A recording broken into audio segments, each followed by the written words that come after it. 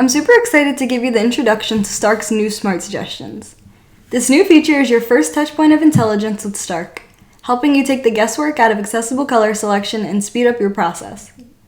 You'll see here that I run a contrast check, and upon failing, Stark provides me with alternate foreground and background color combos that are guaranteed to pass, adjust in real time as I select them, and will update every instance in a file when changing the parent component.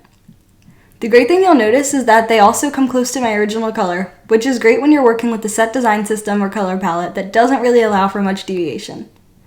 And if you're using Adobe XD like I am right now, you can ditch the modal and use Stark in the side panel, which helps avoid opening and closing Stark between different selections. Suggestions is here to simplify your workflow and allow you to update your designs, be it in the individual file you're working in or your design library, and hand your new accessible color value off to your team of engineers in less than 30 seconds. Give it a try in Sketch, Figma, or Adobe XD. Let's see if you and your team can beat 30 seconds.